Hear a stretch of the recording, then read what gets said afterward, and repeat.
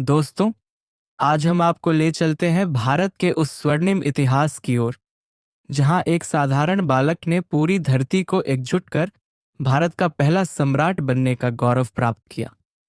यह कहानी है चंद्रगुप्त मौर्य की, एक ऐसे सम्राट की जिसकी वीरता और चाणक्य की नीति ने मिलकर इतिहास की धारा बदल दी। कहानी शुरू होती है लगभग 340 ईसा पूर्व से। चंद्रगुप्त का जन्म एक साधारण परिवार में हुआ। बचपन में ही वे अनाथ हो गए। कुछ ग्रंथों में वर्णन है कि उनका पालन पोषण एक चरवाहे ने किया। बचपन से ही वे अलग थे। जब दूसरे बच्चे खेलते तो चंद्रगुप्त हमेशा समूह का नेतृत्व करते। उनकी आंखों में आत्मविश्वास और चेहरे पर अद्भुत तेज था। शायद यही कारण था कि ईश्वर ने उन्हें महान कार्य के लिए चुना था। अब आते हैं मगध साम्राज्य पर। उस समय मगध पर नंद वंश का शासन था। राजा धनानंद अत्याचारी, घमंडी और प्रजा को परेशान करने वाला था। आचार्य चाणक्य, जिन्हें कौटिल्य और विष्णुगुप्त भी कहा जाता है, इस अत्याचार को देख क्रोधित थे। उन्होंने प्रण लिया, मैं नंद वंश का अंत करूंगा। तभी उनकी मुलाकात युवा चंद्रगुप्त से हुई। चाणक्य ने उसकी आंखों में देखा और कहा, बालक, तुम्हारे भीतर वही ज्वाला है जो पूरे भारत को एक कर सकती है। आओ, मैं तुम्हें शिक्षा दूंगा। यहीं से चंद्रगुप्त का जीवन बदल गया। चाणक्य ने उन्हें राजनीति, युद्ध कला, गुप्तचर व्यवस्था और शासन की बारीकियां सिखाईं। कौटिल्य के अर्थशास्त्र का हर सिद्धांत धीरे धीरे चंद्रगुप्त के जीवन का हिस्सा बन गया। समय बीतता गया। चंद्रगुप्त और चाणक्य ने जनता का समर्थन जुटाया। लोग नंद वंश से परेशान थे, इसीलिए वे चंद्रगुप्त के साथ हो लिए। फिर आया निर्णायक क्षण 321 ईसा पूर्व। युद्ध छिड़ा। एक ओर था धनानंद का विशाल साम्राज्य, दूसरी ओर चाणक्य की नीति और चंद्रगुप्त का साहस। युद्ध के बाद परिणाम वही हुआ जिसकी उम्मीद थी। नंद वंश का अंत हो गया और इतिहास ने देखा भारत का पहला सम्राट चंद्रगुप्त मौर्य।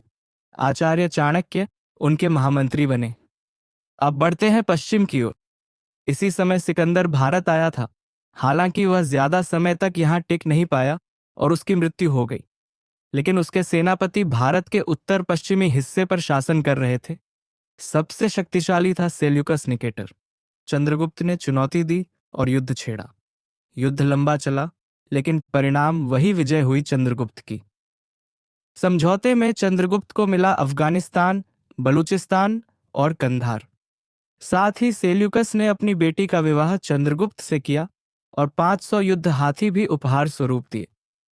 यह घटना भारत की शक्ति का प्रतीक बन गई। अब मौर्य साम्राज्य का विस्तार हो चुका था। पूर्व में बंगाल और बिहार, पश्चिम में अफगानिस्तान, दक्षिण में दक्कन तक चंद्रगुप्त की शक्ति फैली।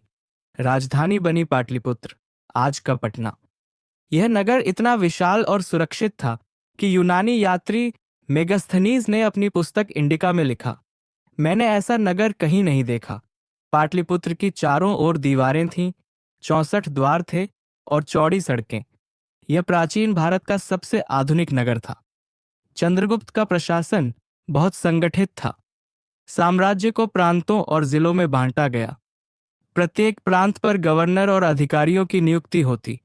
सेना विशाल थी, 6 लाख पैदल सैनिक, 30,000 घुड़सवार, 9,000 हाथी और 8,000 रथ।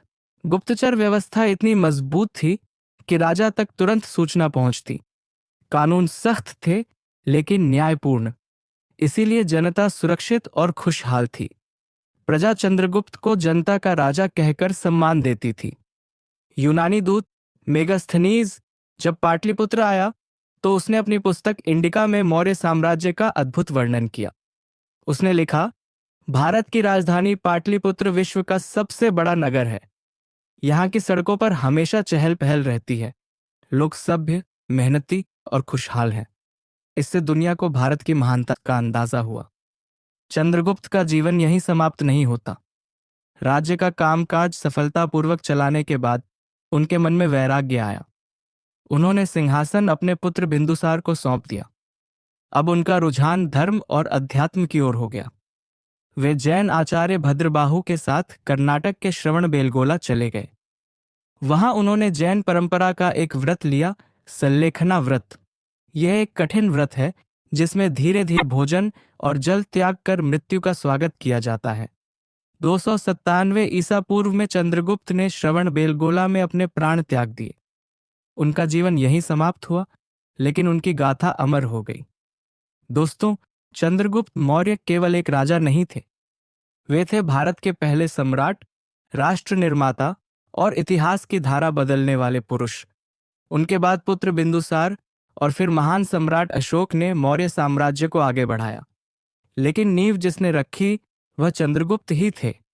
आज भी जब हम भारत की एकता की बात करते हैं तो सबसे पहला नाम चंद्रगुप्त मौर्य का ही आता है। दोस्तों, यह थी चंद्रगुप्त मौर्य की कहानी, एक चरवाहे के बेटे से भारत के पहले सम्राट बनने की गाथा।